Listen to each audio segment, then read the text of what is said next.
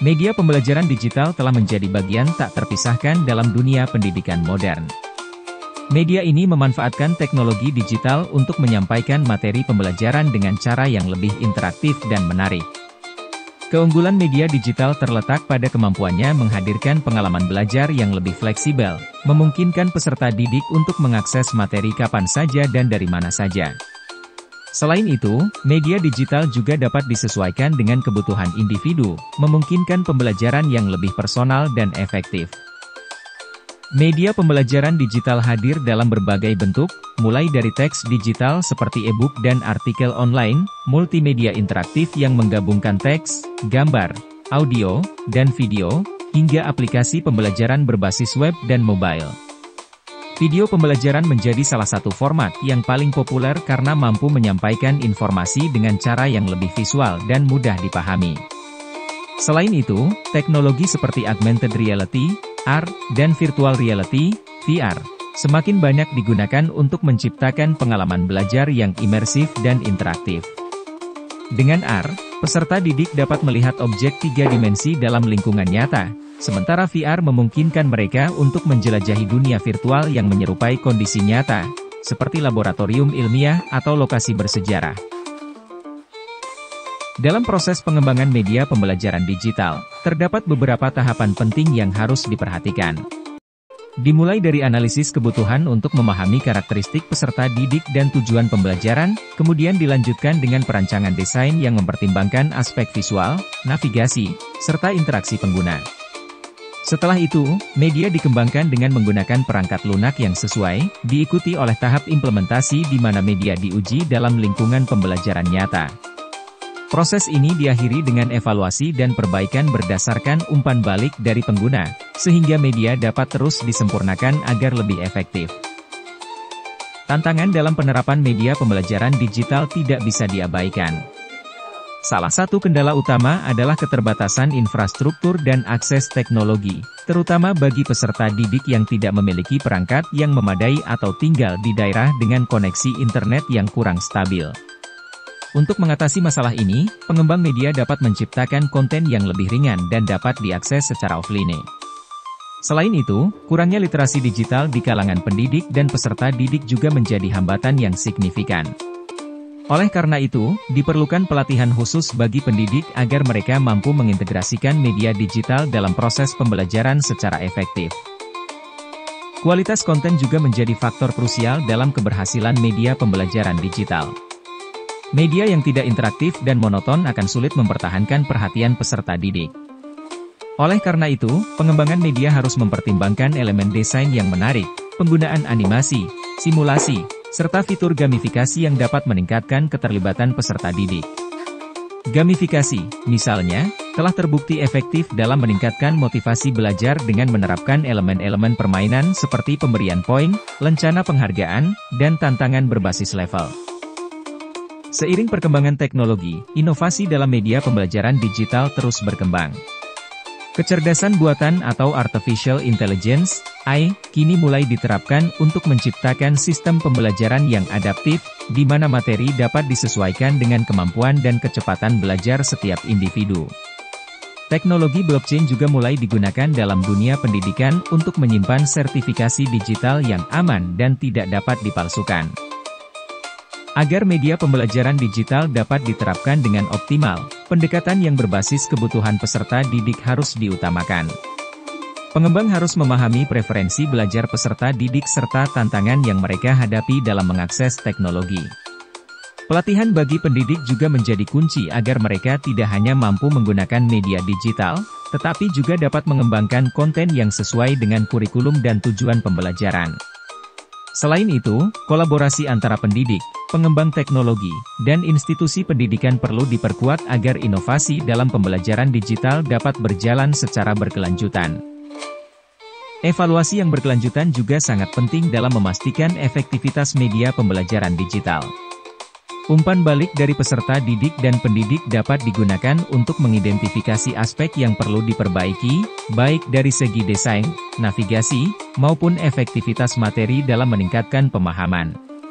Penggunaan data analitik dalam Learning Management System, LMS, dapat membantu mengukur keterlibatan dan perkembangan peserta didik, sehingga pendidik dapat menyesuaikan metode pengajaran sesuai dengan kebutuhan individu. Secara keseluruhan, media pembelajaran digital menawarkan peluang besar dalam meningkatkan kualitas pendidikan, terutama di era digital yang semakin berkembang pesat. Namun, keberhasilannya sangat bergantung pada bagaimana media tersebut dirancang, diimplementasikan, dan dievaluasi secara berkelanjutan. Dengan pendekatan yang tepat, media digital tidak hanya dapat memperkaya pengalaman belajar, tetapi juga membantu menciptakan ekosistem pendidikan yang lebih inklusif, fleksibel, dan inovatif. Meskipun media pembelajaran digital menawarkan berbagai manfaat, keberhasilannya sangat bergantung pada strategi implementasi yang tepat. Salah satu aspek yang harus diperhatikan adalah aksesibilitas, yaitu memastikan bahwa semua peserta didik memiliki kesempatan yang sama untuk mengakses dan menggunakan media digital dalam pembelajaran mereka. Dalam konteks ini, pengembang harus mempertimbangkan variasi perangkat yang digunakan oleh peserta didik, termasuk komputer, tablet, atau bahkan ponsel dengan spesifikasi rendah. Selain itu, media harus dirancang agar tetap efektif meskipun diakses dalam kondisi koneksi internet yang terbatas, misalnya dengan menyediakan fitur unduhan atau mode offline. Selain aksesibilitas, interaktivitas menjadi faktor kunci dalam keberhasilan media pembelajaran digital. Sebuah media yang hanya menyajikan teks dan gambar statis seringkali kurang efektif dalam mempertahankan perhatian peserta didik. Oleh karena itu, pengembang media perlu mengadopsi pendekatan yang lebih interaktif, seperti penggunaan kuis, simulasi, dan elemen gamifikasi.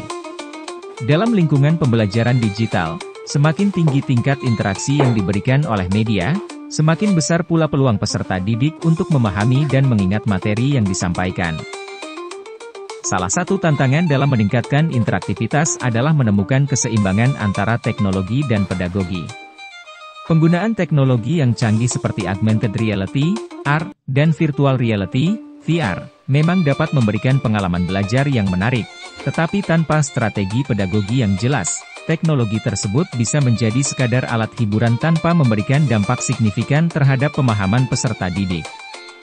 Oleh karena itu, penting bagi pendidik dan pengembang media untuk selalu menyesuaikan teknologi dengan tujuan pembelajaran yang ingin dicapai.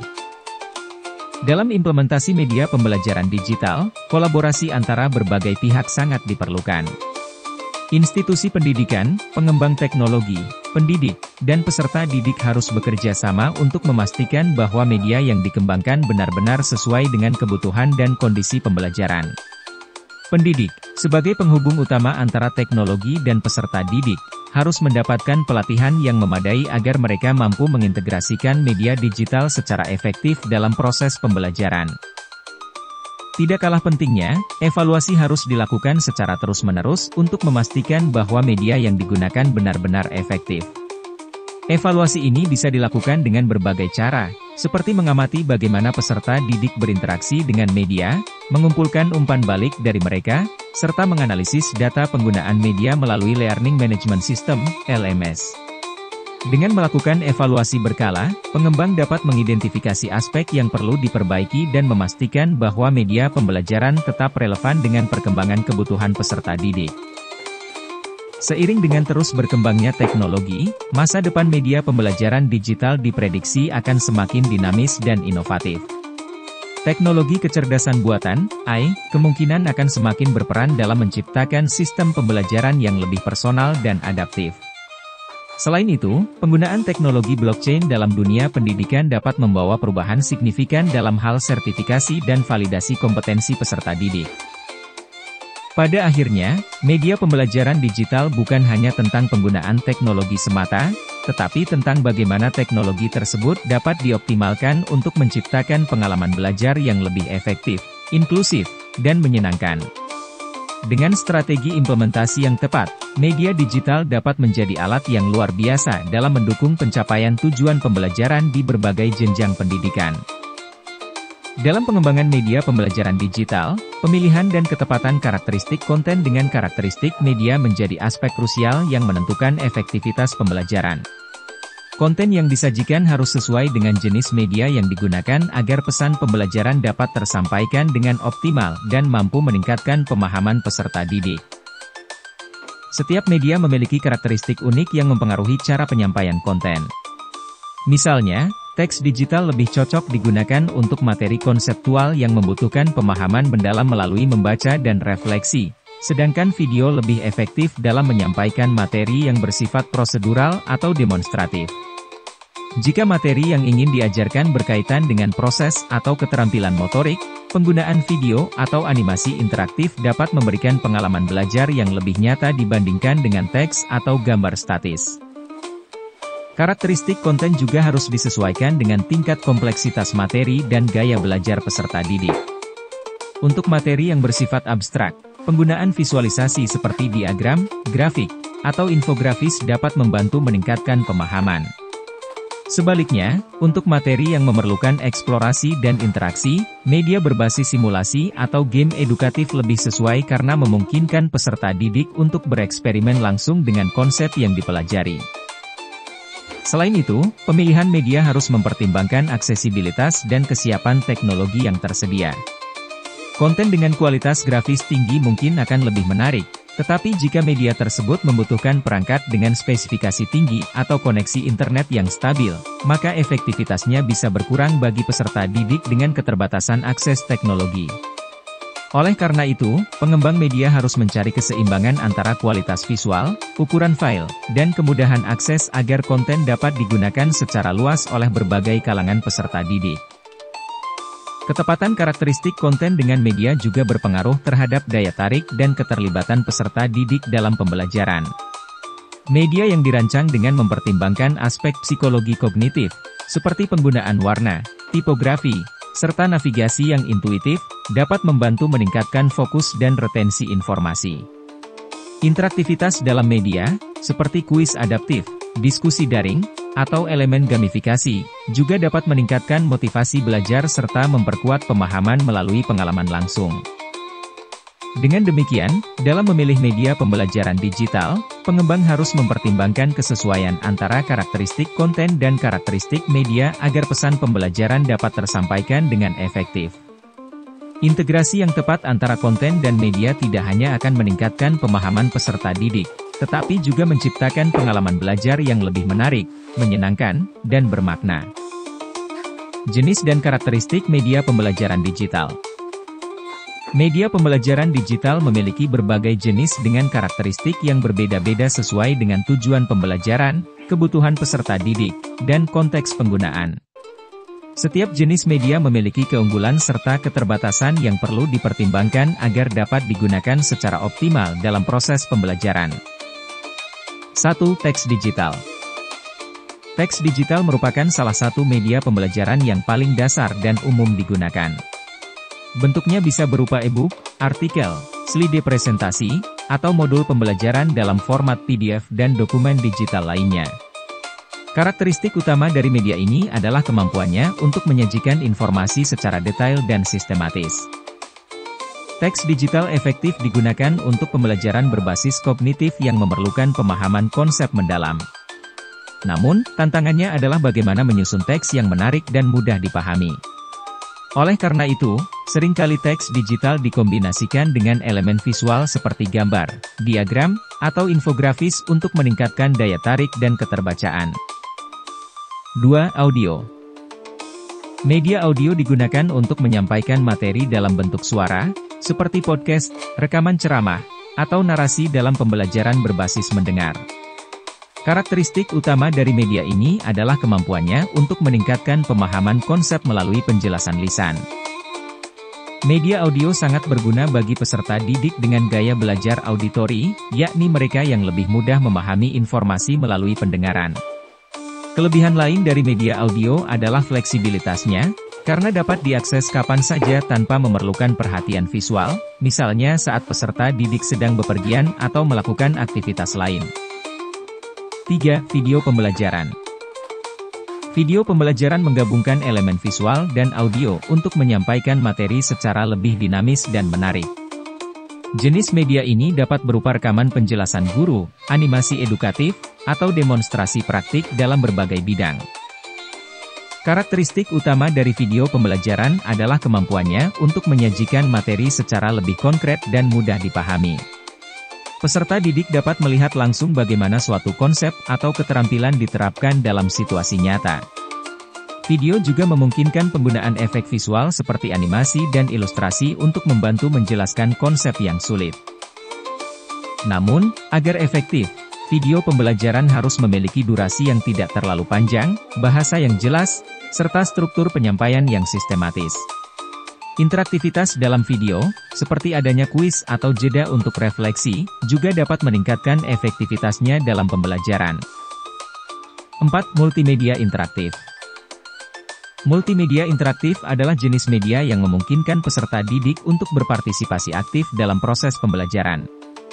Contohnya adalah modul e-learning berbasis web, aplikasi edukasi, simulasi, dan infografis interaktif.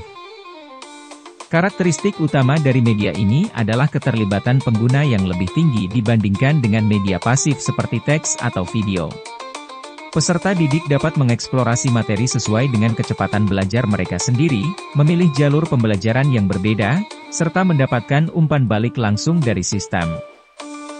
Multimedia interaktif sangat efektif untuk pembelajaran berbasis keterampilan atau eksperimen karena memberikan pengalaman langsung dalam memahami suatu konsep. Namun, pengembangannya memerlukan perencanaan yang matang serta perangkat lunak khusus agar dapat berjalan dengan baik di berbagai platform. 5. Augmented Reality, AR, dan Virtual Reality, VR.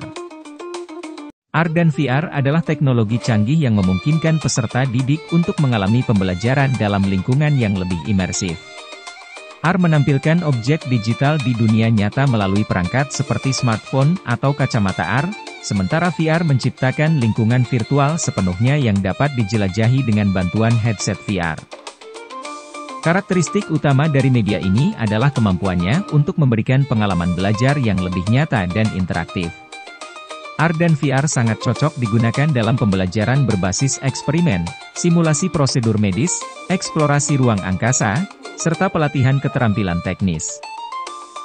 Namun, penggunaan AR dan VR masih terbatas oleh faktor biaya dan ketersediaan perangkat.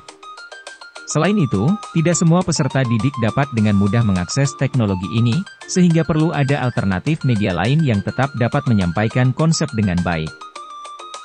6. Gamifikasi dan game edukasi. Gamifikasi adalah penerapan elemen permainan dalam pembelajaran, seperti sistem poin, lencana, leaderboard, serta tantangan yang harus diselesaikan. Sementara itu, game edukasi adalah permainan yang dirancang khusus untuk mengajarkan konsep atau keterampilan tertentu. Karakteristik utama dari media ini adalah kemampuannya untuk meningkatkan motivasi dan keterlibatan peserta didik melalui pendekatan yang menyenangkan. Dengan adanya elemen kompetisi dan penghargaan, peserta didik lebih terdorong untuk menyelesaikan tugas pembelajaran. Namun, tantangan dalam penerapan gamifikasi adalah memastikan bahwa elemen permainan tidak mengalihkan fokus dari tujuan pembelajaran. Desain game harus tetap mempertahankan keseimbangan antara aspek edukatif dan hiburan agar tetap efektif sebagai media pembelajaran. 7. Learning Management System, LMS. LMS adalah platform digital yang digunakan untuk mengelola, mendistribusikan, dan memantau aktivitas pembelajaran secara daring. Beberapa contoh LMS yang populer adalah Moodle, Google Classroom, dan Edmodo. Karakteristik utama dari LMS adalah kemampuannya untuk mengorganisasi berbagai jenis media pembelajaran dalam satu sistem yang terintegrasi. LMS memungkinkan pendidik untuk mengunggah materi, memberikan tugas, mengadakan diskusi, serta mengevaluasi kemajuan belajar peserta didik secara lebih sistematis. LMS sangat efektif dalam pembelajaran jarak jauh karena memberikan fleksibilitas bagi peserta didik untuk belajar sesuai dengan jadwal mereka sendiri. Namun, efektivitas LMS bergantung pada kemudahan penggunaan serta tingkat interaktivitas yang disediakan oleh sistem. Kesimpulan: setiap jenis media pembelajaran digital memiliki karakteristik unik yang harus disesuaikan dengan tujuan pembelajaran, kebutuhan peserta didik, serta konteks penggunaan. Pemilihan media yang tepat akan sangat menentukan keberhasilan dalam menyampaikan materi dan meningkatkan efektivitas pembelajaran. Dengan memahami keunggulan dan keterbatasan masing-masing media, pendidik dan pengembang dapat merancang pengalaman belajar yang lebih menarik, interaktif, dan bermakna bagi peserta didik. Jenis rumpun ilmu, karakteristik ilmu, dan mata kuliah. Ilmu pengetahuan dapat diklasifikasikan ke dalam beberapa rumpun ilmu berdasarkan karakteristiknya. Pembagian ini membantu dalam memahami pendekatan, metodologi, serta mata kuliah yang terkait dalam masing-masing rumpun. Secara umum, ilmu dapat dikelompokkan menjadi ilmu alam, ilmu sosial, ilmu humaniora, ilmu formal, dan ilmu terapan. 1. Ilmu alam, Natural Sciences. Karakteristik. Ilmu alam berfokus pada studi tentang fenomena alam dan hukum-hukum yang mengatur alam semesta. Ilmu ini menggunakan metode ilmiah yang berbasis observasi, eksperimen, dan analisis data kuantitatif. Contoh mata kuliah: fisika, mekanika, termodinamika, elektromagnetisme. Kimia, kimia organik, kimia anorganik, kimia analitik. Biologi, genetika, ekologi, bioteknologi. Astronomi, astrofisika, kosmologi. Geologi, geofisika, vulkanologi.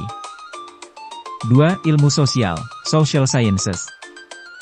Karakteristik. Ilmu sosial mempelajari perilaku manusia, struktur sosial, interaksi, serta pola-pola kehidupan masyarakat. Ilmu ini menggunakan metode penelitian kualitatif dan kuantitatif untuk memahami fenomena sosial. Contoh mata kuliah: sosiologi, sosiologi keluarga, sosiologi perkotaan.